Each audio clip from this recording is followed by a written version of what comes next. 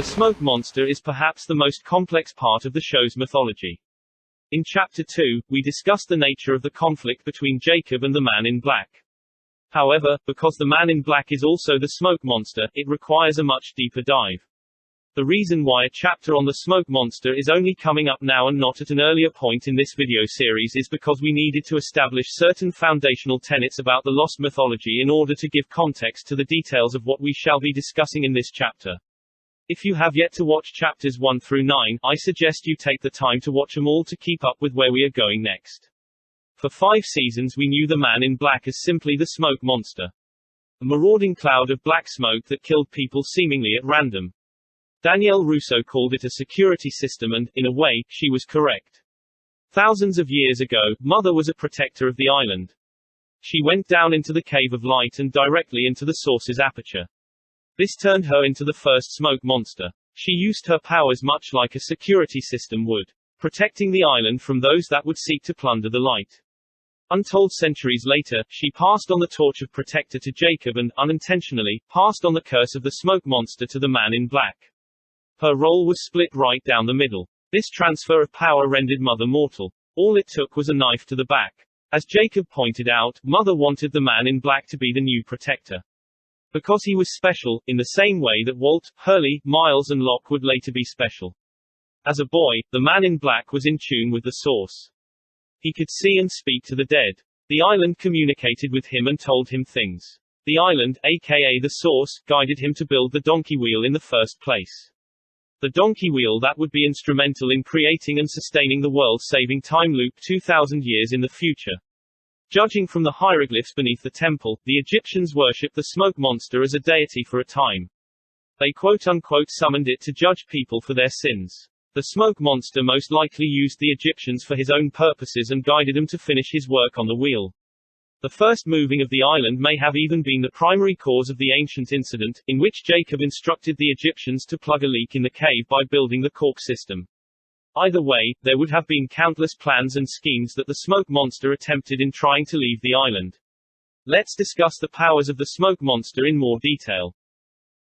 Scanning memories. The smoke monster is raw disembodied consciousness created and eternally powered by the source.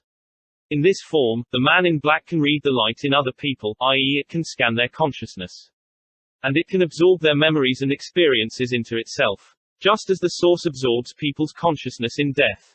The smoke monster learns about the outside world through people that come to the island, slowly growing more and more aware of life outside of the island bubble. This fuels his desire to escape even further. Over time and the acquiring of so many other people's memories, the smoke monster becomes an almost literal embodiment of the island's past, whereas Jacob was the man in charge of reckoning with the island's future. This means that the smoke monster potentially has a very involved understanding of our time travelers since they appear across various points in the past. They interact with people that he is bound to have scanned at some point, such as Jin with Danielle Rousseau's team, which gives him knowledge of certain people and events yet to come. Even the open pit of bodies from the Dharma Initiative purge would allow Smokey total access to multiple dead people. Many of whom would have various memories involving the appearance of our losties in the 1970s, including Horace Goodspeed and Dr. Pierre Chang. Both men had key interactions with these time travelers. Chang even knew they had come from the future. This means the smoke monster is well aware of certain people who will one day arrive on the island. It is possible that Smokey can scan the light in people whilst he occupies another form, whether he be in the guise of a dead person like Christian Shepherd, or an animal like Sawyer's boar, or even small insects such as the Medusa spiders. Does this mean he could pass right through a camp and scan every single living thing around him without being detected? It is never confirmed, only implied. What we do know is that when he is in smoke form, the scanning itself isn't subtle. A series of bright blinding flashes shutter out of the black cloud like a camera. And this is what Locke saw when the monster first came across him in Season 1 episode Walkabout. What did you see? I saw a very bright light. was beautiful. That is not what I saw. The light was blinding, and this is why he tells Eko that he saw a beautiful bright light. Eko, however, saw past the flashes and into the darkness of the cloud itself. If the smoke monster is disembodied consciousness, perhaps the flashes of light are physical representations of what happens in the mind of a psychic when they read or scan a person. Such as when Walt intuits a feeling. It comes as a flash. Or when Desmond sees a glimpse of the future. It comes as a flash. Or when Miles hears the memories of the dead. It comes as a flash. Let's just say, this is all food for thought. Becoming the dead. When the man in black was thrown into the light, his consciousness was uncoupled from his body and he became the smoke monster. Because the island still needed a smoke monster in play. As disembodied consciousness, the man in black most likely would have tried to re-enter his old body in the caves, albeit unsuccessfully. It is only after realizing the futility of trying to live again that he would have accepted his new form. The smoke monster roamed the landscape of the island searching for new bodies in which to inhabit. As previously established, the smoke monster can only take on the form of someone who has died, or something that has died, because the light within him has since returned to the source. This means that their body is now an empty vessel. Miles says of Naomi's body, "That's not Naomi. That's just meat." The smoke monster can only sustain a human form for indefinite periods of time if the body of that person is present on the island somewhere, as we see with Christian Shepherd. Mr. Eko's brother Yemi, Danielle Rousseau's daughter Alex Rousseau, and man of faith John Locke. The smoke monster scans the body in the same way that Miles Strawn reads the memories of a dead person based on their remains being present. The smoke monster can superficially appear as people who were never even on the island at all and certainly don't have bodies there. Examples of this include Richard Alpert's lost love, Isabella, the warlord Emeka and the altar boy from Mr. Eko's past. Possibly even Hurley's imaginary friend Dave. And Ben's mother Emily Linus. These apparitions are based solely on someone's memory of that person. Which means the smoke monster won't have Isabella's actual memories, only Richard Alpert's subjective remembrance of her. If Smokey wants to convincingly become someone who is dead, he needs the body present in order to scan and absorb their memories, in order to know everything that they did. This is why it was so essential for him to have John Locke's body back, because a lot had happened between when he first scanned Locke in Season 1 and by the time Locke's dead body was returned to the island in Season 5. Let's pause to discuss the actual copying process. Some people get confused over whether or not the smoke monster takes over a dead body or simply replicates it. It is confirmed in Season 5's reveal of real Locke's body that the monster photocopies the physical appearance. It does not physically reanimate them. After Oceanic 815 crashes on the island, the smoke monster finds Christian Shepherd's coffin, scans him, then photocopies Christian in an attempt to lead Jack Shepherd off a cliff edge. He will later use Christian as his primary appearance in the long con against John Locke. As for why, and where Christian's body went, we know there is a complex network of caves and tunnels beneath the island built by the ancient civilization. The smoke monster uses this underground network to get around the island as we see him explode out of the ground and go down holes, or emerge from underground chambers. He likely took Christian's body underground to keep him hidden so he could convincingly become him. He pulls the same trick with Yemi's body in order to sell the lie that someone dead has returned to life in some way. Later on, when he becomes fake Locke, the real body of John is already hidden away inside a coffin in the plane's cargo hold.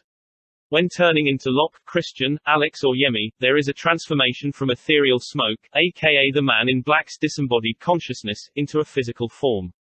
And it is a corporeal state. In these forms, he has the ability to sense, touch and feel the world around him, as if he were alive again. When he scans Locke's mind and replicates him, he remembers everything that Locke remembered, including the thoughts that went through the man's head as he died. More importantly, he remembers the moment between Locke and Richard Alpert at the Nigerian plain where the compass was given to him. And he remembers Locke's conversation with fake Christian down in the frozen wheel chamber, which exists in its own pocket outside of conventional time. So, he knows what needs to be instigated now that he has become the new John Locke. He finally understands how to manipulate this time loop to his own advantage. As for how exactly the smoke monster knows when time-traveling Locke is about to appear at the plane or in the wheel chamber, it goes all the way back to his abilities as a boy. The island speaks to him just like it speaks to other characters, guiding them on their paths to ensure destiny happens on schedule. The island's voice comes to characters like an instinct or a sudden understanding and knowledge. A lot of the island's guidance is related to fulfilling the time loop and averting the end of the world. So, the smoke monster, aka the man in black, just knows where he has to go and when to close this loop, in the same way that Jacob knew that his candidates were coming back to the present day in the season 5 finale when he tells fake Locke, they're coming. The island guides all things. Even old Smokey himself. Teleportation. As previously discussed, Jacob uses the mirrors in the lighthouse to astrally project himself off of the island.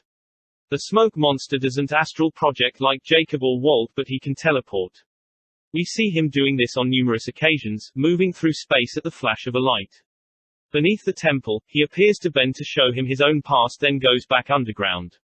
Seconds later, fake Alex is standing on the other side of the room. Teleportation is demonstrated once again at the statue. As Bram and his crew open fire upon fake Locke, he hides behind a pillar then vanishes.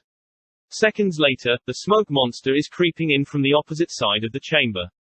This teleportation power explains how he appeared on the freighter in the form of fake Christian to Michael. Michael was a candidate and his time was finally up. It is possible that Michael's demise via bomb blast in a confined space is what gives the man in black the idea of setting up the same killing box for the other candidates. But let's hit the pause button here for a moment. Fans have raised questions as to the smoke monster's appearance in this scene. Firstly, they think the freighter is outside of the island's range because it doesn't travel through time with everything else. Secondly, critics often cite a discrepancy between fake Christian's manifestation on the freighter and an alleged rule about the man in black not being able to travel over water. These are both misconceptions. When Ben pushes the wheel, everything within the island bubble moves through physical space. This includes the main landmass, Hydra Island, the Looking Glass Station, Richard Alpert and the others, and the freighter wreckage offshore. All of this moves together to another location in dimensional space. However, our losties don't move through space with Richard Alpert and the freighter wreckage. They move through time, and only predestined time travelers move with that flash, i.e. Faraday's group on the Zodiac raft and Jin floating on debris in the water. They all travel with the light flash because they belong in the past. This is the reason why Sawyer and Juliet no longer see the smoke on the horizon. The other misconception is that the smoke monster cannot move over water. In Season 6, fake Locke makes this claim to Sawyer. He is also seen taking boats and acting as if he were really not much more than a man with benign intentions. He is lulling everyone around him into a false sense of security. To make them think that the smoke monster has limitations. That it cannot function around water and will be just as slow as everyone else to move between islands. But we know that this isn't true because we have seen evidence to the contrary. We know that Smokey can absolutely teleport between points within the snow globe around the island. We have seen that he can appear in different guises almost at the same time. We know that he lies in order to achieve his own ends and that he is trying to drive these candidates into a confined space with a bomb. Teleporting across water is how he moves between the main island and Hydra Island in Season 5. When Sun and Frank show up at the abandoned Dharma barracks, fake Christian appears. He now knows that the Ajira flight has landed on the other island and instructs Sun and Frank to wait for John Locke. The smoke monster teleports across to Hydra Island and finds Locke's body in order to scan, update and replicate. Telekinesis. Another power of the smoke monster is the ability to move matter with his mind. Considering the smoke monster is literally mind over matter, essentially a giant free-roaming cloud of electromagnetic consciousness, this power makes the most sense of all. Telekinesis, or psychokinesis, is defined as influencing a material system without physical interaction. The smoke monster can manipulate elementary particles around him, in the same way a magnet can move metal objects within a certain proximity of its charge. This is a similar though more advanced power that someone like Walt demonstrates when drawing in and releasing electromagnetic energy around him. It is also a microcosm of what the light beneath the island can do to metals and alloys. And this is how Smokey turns Jacob's cabin into a funhouse in Season 3 episode, The Man Behind the Curtain.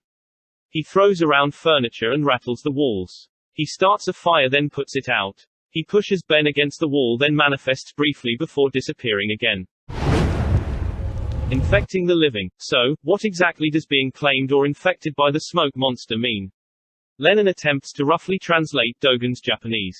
He says the closest term for what is happening to Sayid is an infection. But really there is no easy English translation for what Dogen is describing. Dogen says that there is a scale inside every man, with good on one side and evil on the other.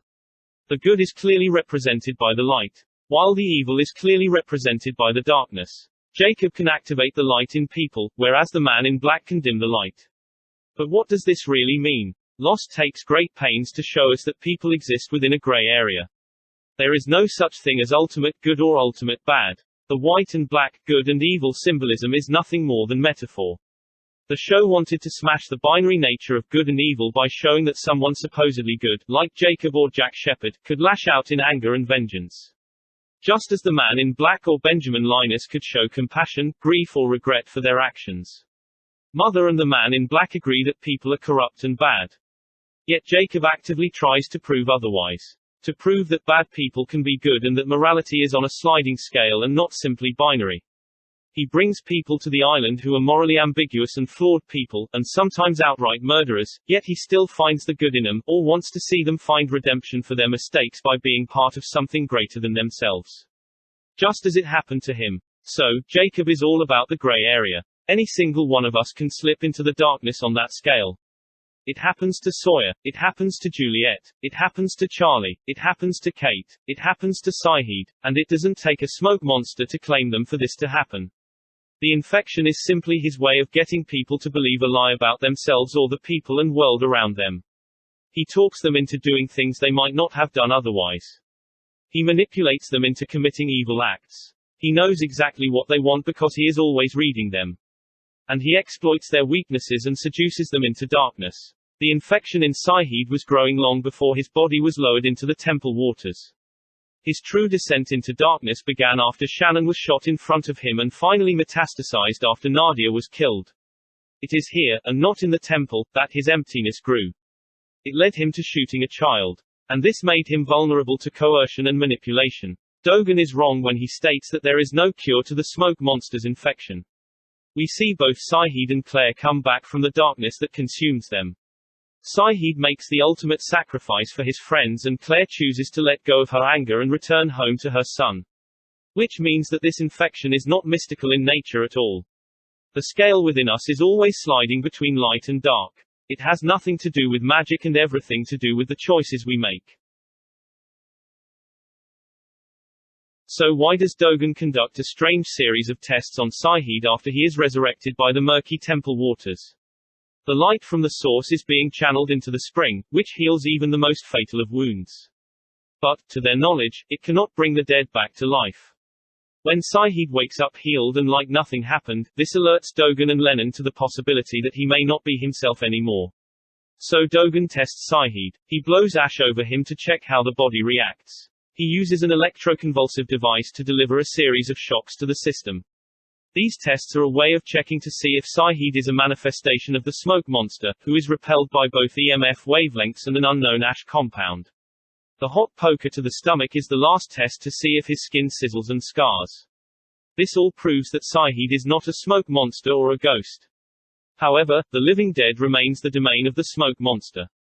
And Saeed is already susceptible to the darkness within himself. His resurrection is not unusual however. Dead is dead, apparently. But we have seen several characters revived from death on the show, most notably Charlie in Season 1. In Mr. Eko's flashback in Season 2, Charlotte Malkin returns to life after drowning, despite being pronounced dead by a doctor. She meets Eko at the airport with a message from his deceased brother, Yemi, which means she has clearly been to the Flash sideways. Locke is also seemingly revived from death by Jacob's touch following his fatal fall. Michael lives on as a ghost on the island along with the other undead Whispers. Indeed, dead is definitely not dead in Lost. The island cannot let Saeed die yet because he is the one to save the remaining candidates from the bomb blast on the submarine.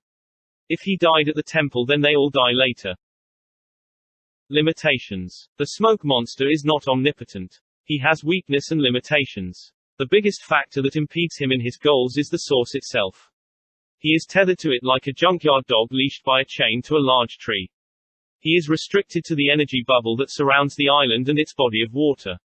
As long as the protector keeps the light on, he can never leave. There is an ancient dagger that Dogen gives to Saeed. He claims that it can kill the smoke monster. We have seen this dagger before. It is the same blade that stabbed Mother in the back in Across the Sea, and the same blade that the Man in Black gives to Richard Alpert when he manipulates him into trying to kill Jacob. The Man in Black assumes that because he killed the former Island Protector with it, it should be able to kill the current Island Protector. This dagger is eventually passed on to Dogen by Jacob over a century later, along with a story about how it killed Mother in Across the Sea. It is a mythical object, but it has no special properties or powers. Dogen knows that Saeed will not be able to kill the smoke monster with it. He has simply found another way to send Saeed to his death. He even says if the Man in Black speaks, it is already too late. This is another statement that implies the Man in Black claims people simply by talking to and manipulating them. As we see, the dagger does nothing, just like bullets and other mortal weapons used against him. Unlike Mother, the Man in Black is all smoke monster. He is not nor ever was a protector, which means he cannot be made mortal by simply passing on his power to someone else. He can only be killed by turning the source off and depowering him.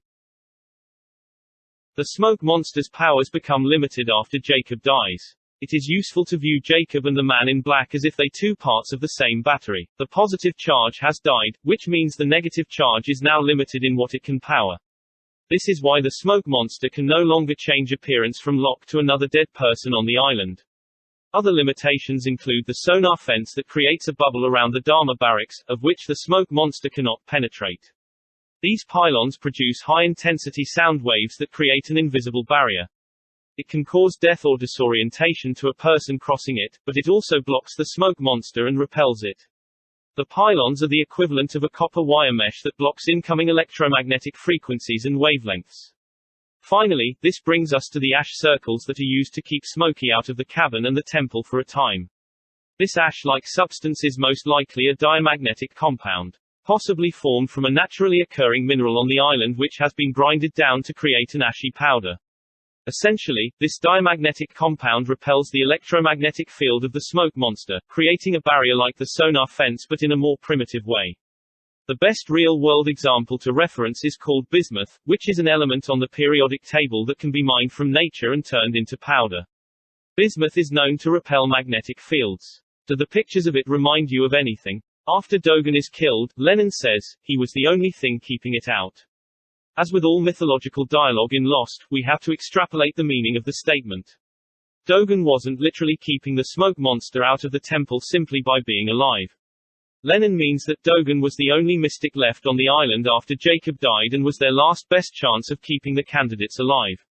Now they will have to protect themselves. The smoke monster got inside the temple because Saeed most likely disturbed the ash circle on his way back inside. And there you have it. This concludes our exploration of the smoke monster, aka the Man in Black, and his various powers. Thanks for watching. Future videos will be forthcoming on other mysteries within the show. Until then, stay lost.